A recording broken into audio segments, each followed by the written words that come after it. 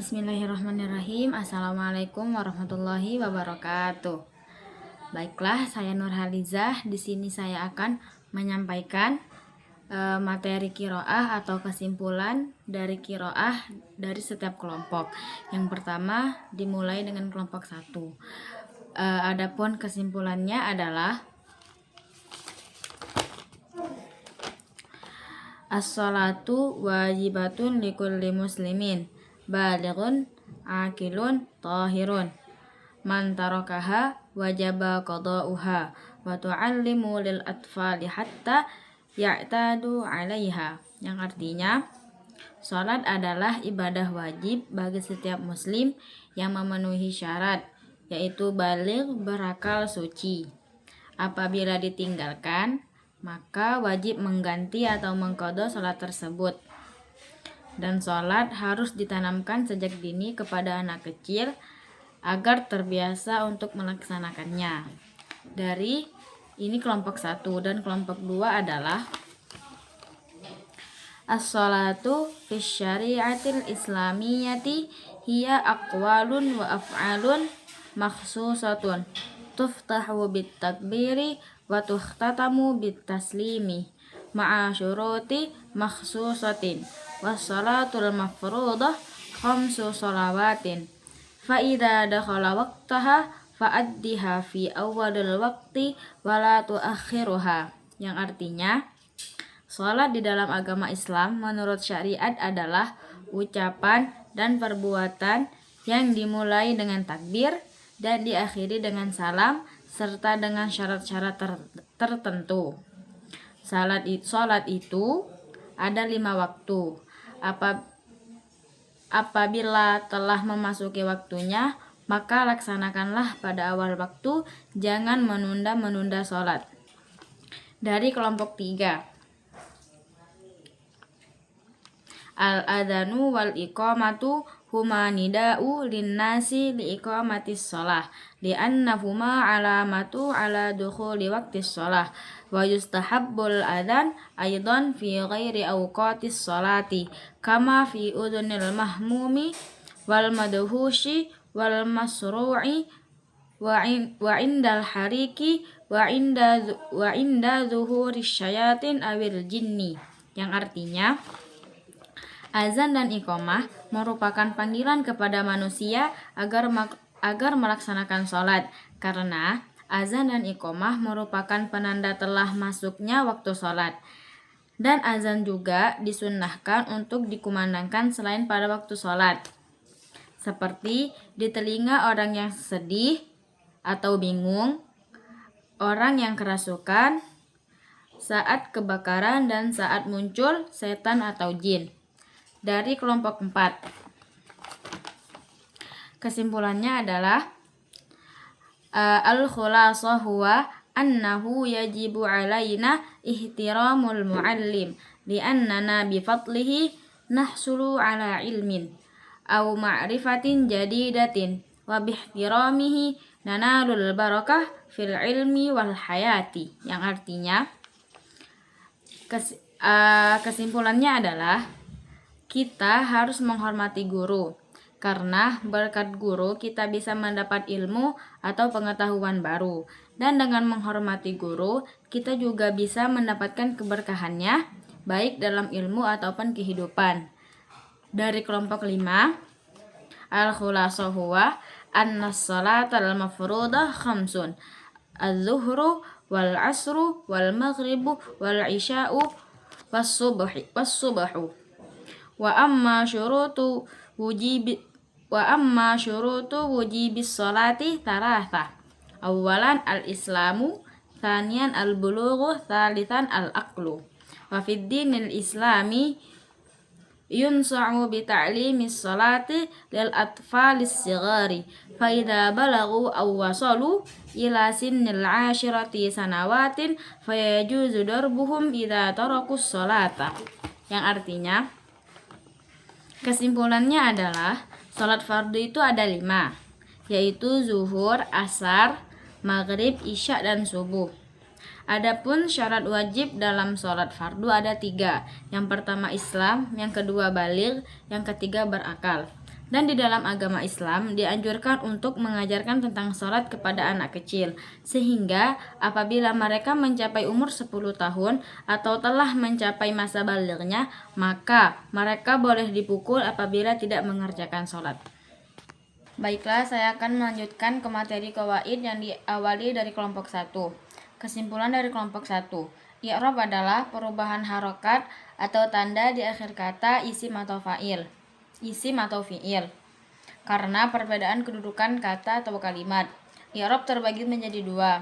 Yang pertama i'rab asli. Adapun tanda-tanda dari i'rab asli, yang pertama rofa, yang kedua nasab, yang ketiga jar, dan yang terakhir jazm. Yang kedua i'rab far'i. Adapun tanda-tanda dari i'rab far'i, yang pertama wawu, selanjutnya alif, ya, nun, hazfun nun. Contoh yang terdapat di dalam Al-Qur'an adalah pada Quran surah An-Nasr ayat 1 yang berbunyi idza jaa nasrullahi wal fath. Selanjutnya kelompok 2. Jumlah ismiyah adalah kalimat yang terdiri dari dua unsur penyusun.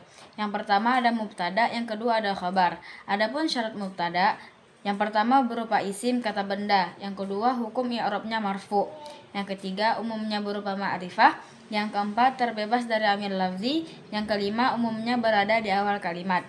Adapun macam-macam khabar, yang pertama khabar mufrad, yang kedua khabar ghairu mufrad, dan pada khabar ghairu mufrad terbagi lagi menjadi dua. Yang pertama khairul jumlah yang terdiri dari jumlah ismiyah dan fi'liyah. Yang kedua khabar syibhul jumlah yang terdiri dari jar majrur dan dzaraf. Adapun contoh yang terdapat di dalam Al-Qur'an yaitu pada Quran surah Al-Ikhlas ayat pertama yang berbunyi qul huwallahu ahad. Selanjutnya kelompok 3. Jumlatul fi'liyah memiliki 3 unsur.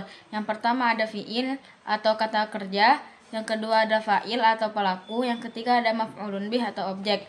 Adapun contoh yang terdapat di dalam Al-Qur'an yaitu pada Quran surah Al-Fil ayat pertama yang berbunyi alam tara kaifa fa'ala rabbuka bi ashabil fil. Selanjutnya naibul fa'il. Naibul fa'il adalah isim yang menggantikan posisi fa'il setelah fa'il dihilangkan yang ketika kata kerja diubah dalam bentuk pasif atau majhul. Adapun contohnya di dalam Al-Qur'an yaitu pada Quran surah Al-Baqarah ayat 183 yang berbunyi ya ayyuhalladzina amanu kutiba alaikumus shiyam. Selanjutnya fi'il muta'addi. Fi'il muta'addi adalah fi'il yang membutuhkan objek atau sasaran, sedangkan fi'il lazim adalah fi'il yang tidak membutuhkan objek. Adapun contoh yang terdapat dalam Al-Qur'an pada fi'il muta'addi yaitu pada Quran surah Al-Fatihah ayat kelima yang berbunyi iyyaka na'budu wa iyyaka nasta'in. Sedangkan contoh di dalam Al-Qur'an tentang fi'il lazim terdapat pada Quran surah Ibrahim ayat pertama yaitu khrijan nasa minadz zulumati ilan nur. Selanjutnya maklum. Maklum adalah kata asli dari bahasa Arab, sedangkan majhul adalah perubahan dari bentuk maklum ke majhul yang biasanya digunakan pada naibul fa'il. Contoh maklum yang terdapat di dalam Al-Qur'an yaitu pada Quran surah Al-Falaq ayat pertama yang berbunyi qul a'udzu birabbil falaq. Contoh majhul di dalam Al-Qur'an terdapat pada Quran surah Al-Zalzalah ayat pertama yang berbunyi idza zulzilatil ardu zilzalaha. Selanjutnya kelompok 4. Apabila inna wa akhwatuha masuk ke jumlah ismiyah, maka isimnya menjadi mansub dan khobarnya menjadi marfu. Adapun saudara-saudara dari inna, yang pertama ada ka'anna, yang kedua adalah kinna, yang ketiga adalah laita, dan yang keempat adalah alla. Adapun contoh inna di dalam Al-Qur'an terdapat pada Quran surah Az-Zumar ayat 53 yang berbunyi innallaha yaghfiru dzunuba jami'a. Selanjutnya ada kana, sedangkan kana adalah kata kerja fi'il yang masuk ke dalam jumlah ismiyah, maka isimnya menjadi rofa dan khobarnya menjadi mansub. Adapun saudara-saudara kana yaitu asbaha, amsah, dhalla, bata, soro, laisa, mazala, madama, dan mabaroha. Adapun contoh yang terdapat dalam Al-Qur'an yaitu pada Quran surah Al-Ahzab ayat kelima yang berbunyi wa kanallahu ghafurur rahima. Selanjutnya kelompok 5.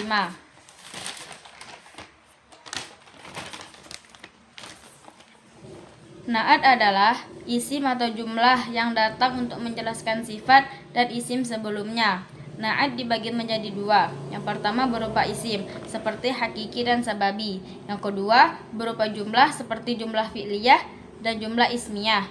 Adapun contoh yang terdapat dalam Al-Quran yaitu pada Quran Surah Al-Haqqah ayat 22 yang berbunyi fi jannatin aliyah. Selanjutnya atof. Atof adalah sesuatu yang diikatkan kepada isim sebelumnya menggunakan huruf atof. Adapun contoh yang terdapat dalam Al-Quran yaitu pada Quran Surah Al-An'am ayat 1 yang berbunyi khalaqas samawati wal ard. Selanjutnya taukid.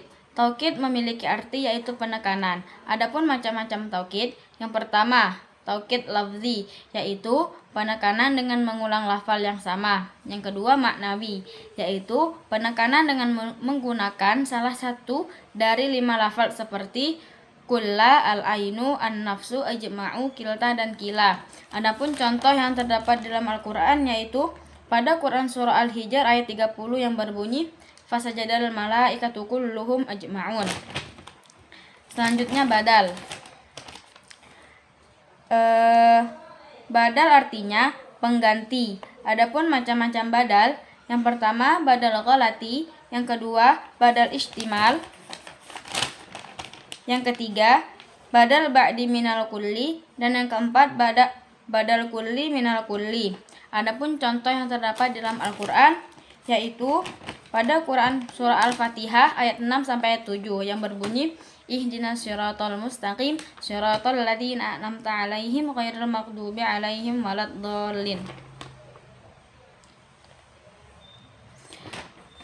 Mungkin cukup sekian kesimpulan yang dapat saya sampaikan. Kurang lebihnya saya mohon maaf. Assalamualaikum warahmatullahi wabarakatuh.